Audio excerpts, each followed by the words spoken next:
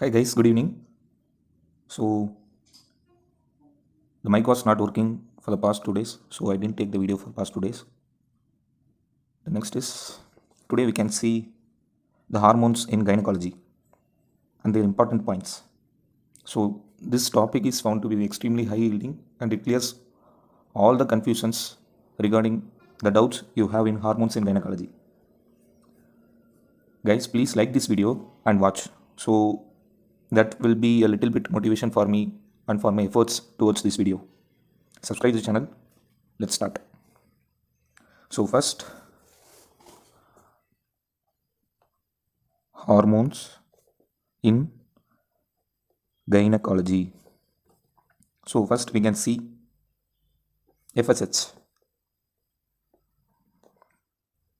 So it is nothing but a pituitary hormone. So when we can diagnose FSH? What is the correct time? What is the correct date? I hope it's visible. Yes. When you can correctly diagnose FSH levels? That is day 3. Keep it in mind, it's day 3. The value should be less than that of 10 international unit. That is regarded as normal value. So this is nothing but for what we are going to check FSH level means for checking ovarian reserve.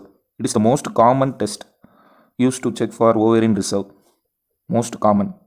But most specific means AMH, anti-Mullerian hormone levels are always period to that of FSH levels. I hope you understand.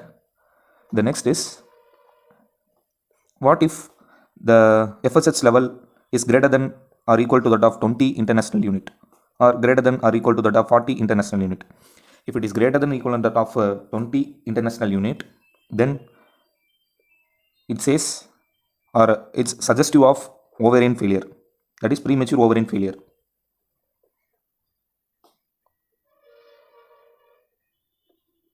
Premature ovarian failure. What if it is greater than or equal to that of 40 international unit? It's nothing but a confirmation of ovarian premature ovarian failure. Yes. So always if there is a primary amenorrhea, in case if there is a primary amenorrhea and raised FSH, then if the question asks the patient coming to you with primary amenorrhea and you have done FSH and the FSH is found to be an increased level, then it is suggestive of gonadal dysgenesis. This is the real-time patient scenario. The next scenario is the patient coming to your OPD with primary amenorrhea and low FSH. Okay, what will be the diagnosis? Yes, Kallmann syndrome. Okay guys, these are the conditions for which FSH can be done, and using FSH we can diagnose all these conditions. In various other conditions, FSH level is found to be normal. For example, FSH levels are normal in PCOD or PCOS. The next is Asherman syndrome. And the next is androgen insensitivity syndrome. The next is Mullerian agenesis. In all these conditions, FSH is found to be normal. And what is the function of FSH? It plays an important role in selecting and the growth of dominant follicle. Okay.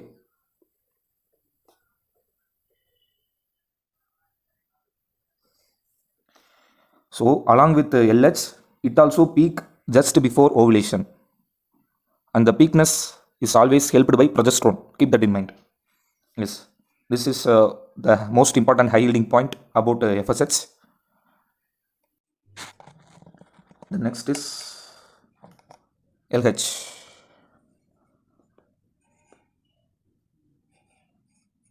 Yes.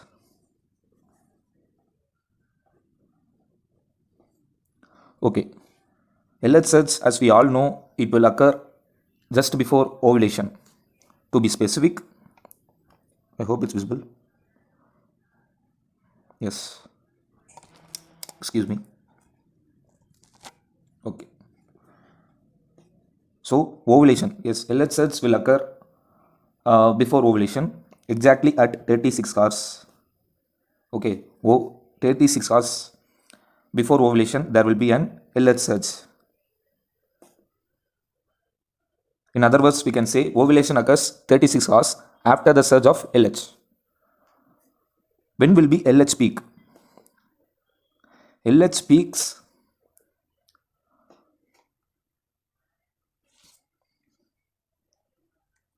told us before ovulation.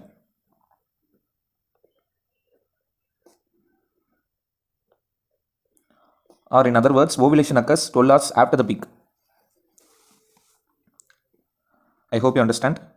So the next is, what maintains LH?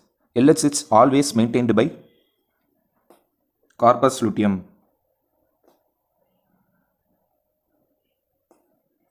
So the next point is, if LH is persistently increased, so what will be the condition? Very important question, VIP question. Increased LH is always correlated with PCOS. In PCOS, FSH will be normal, there will be an increased LH. Another one condition. What is Hallman's disease?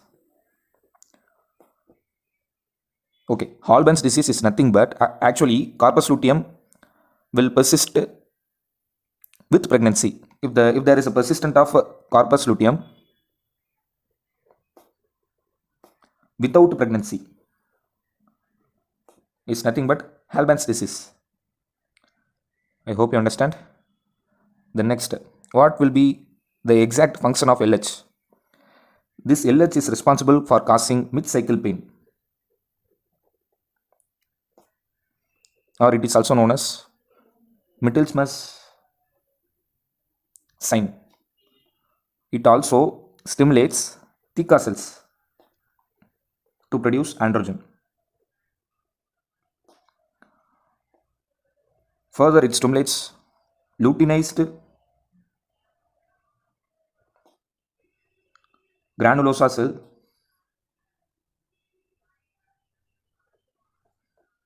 making it to produce progesterone. Yes,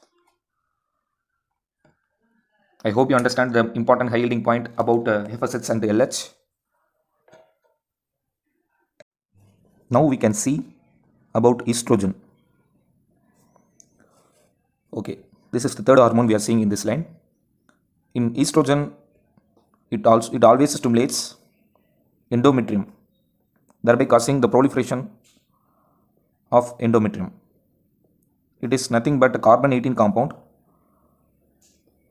and in cervix it plays an important role in causing ferning pattern.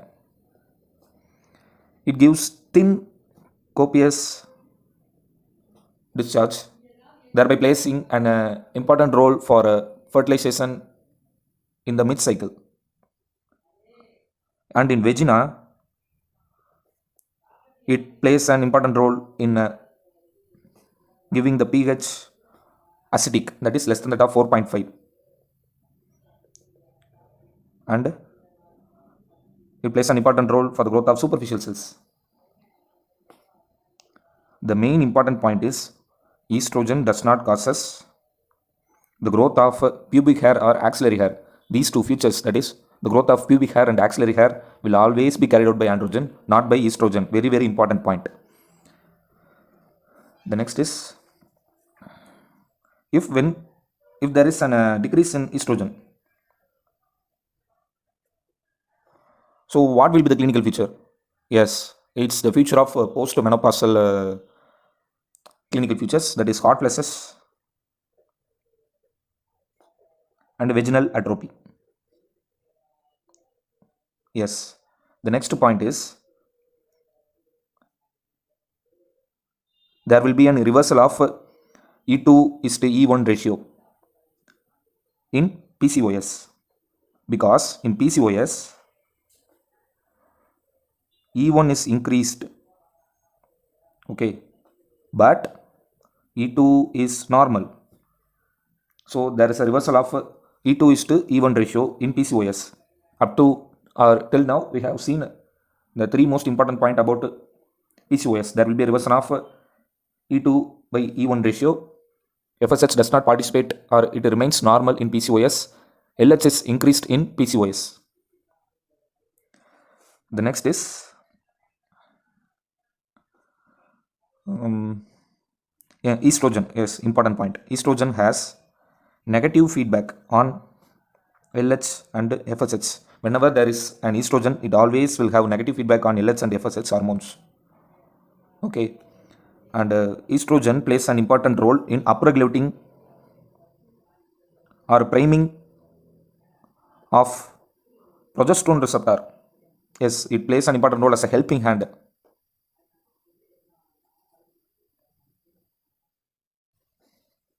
On endometrium. Yes, these are all the hiding points regarding estrogen.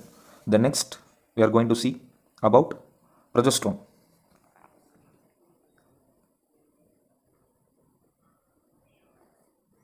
Yes, this is the fourth hormone in the line. I hope it's visible. Okay.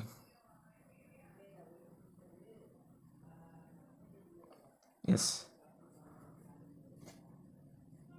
Progesterone is C21 hormone. So it plays an important role in causing secretion or causing atrophy on endometrium, whereas estrogen causes proliferation in endometrium. Estrogen in cervix plays an important role causing thick, scanty discharge. Thereby, it plays an important role as a contraception, like progesterone only pills.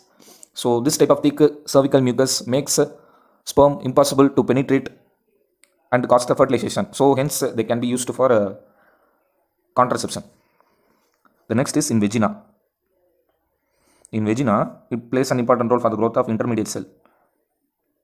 So, why are we saying superficial cells and intermediate cells? So, by taking a pap smear, we can see whether the patient is in estrogen stage or progesterone stage. We can exactly know the period of cycle, whether it is whether she is in first 15 days or last 15 days, like that, with the help of these cells. Sorry, intermediate cell. The next is progesterone is very responsible for increase in basal body temperature. There will be a biphasic growth of temperature throughout the cycle due to progesterone. Yes. So, when this progesterone can be tested? That is day 21. The best test for ovulation can be done at day 21. Keep that in mind.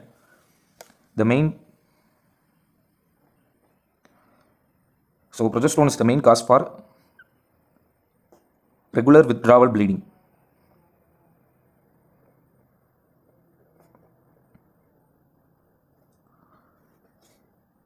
The next is the peak level of progesterone will always be at day 18 post ovulation. Day 8 post ovulation. After ovulation,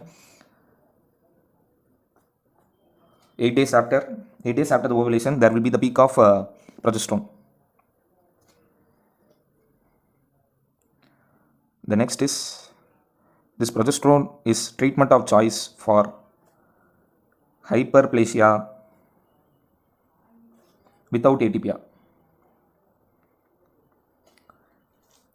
The next important challenge test which has been done with the help of progesterone, that is progesterone challenge test. If progesterone challenge test is found to be negative, it denotes there will be an estrogen deficiency, or it also denotes endometrial damage. What if progesterone challenge test is positive? It denotes an ovulation. Yes, these are the points for progesterone.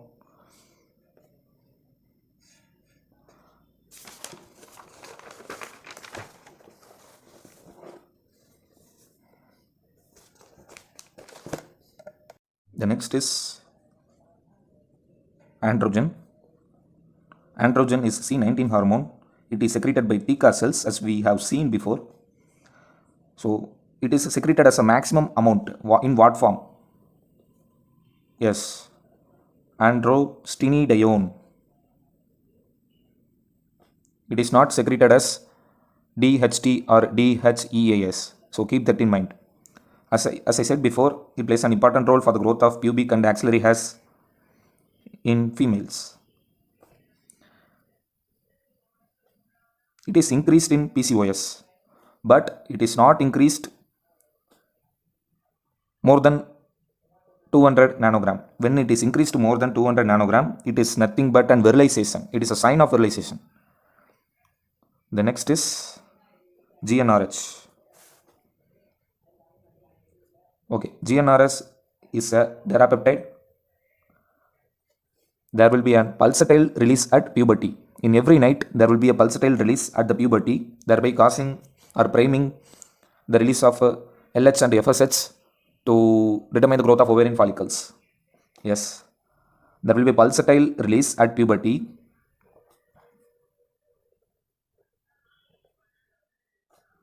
thereby causing the nighttime decrease in GABA and increase in kiss peptide or kiss peptin. So it is a very important point. In puberty, GnRH plays an important role in rising kiss peptide. The next, which we have seen before, Kallmann syndrome. Kallmann syndrome is nothing but an absence of release of GnRH. So the patient also have the clinical feature of anosmia.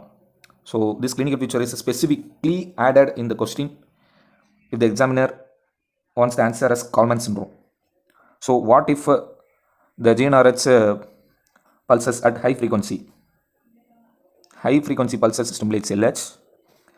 Low frequency pulses stimulates FHS. Okay, I'm ending here.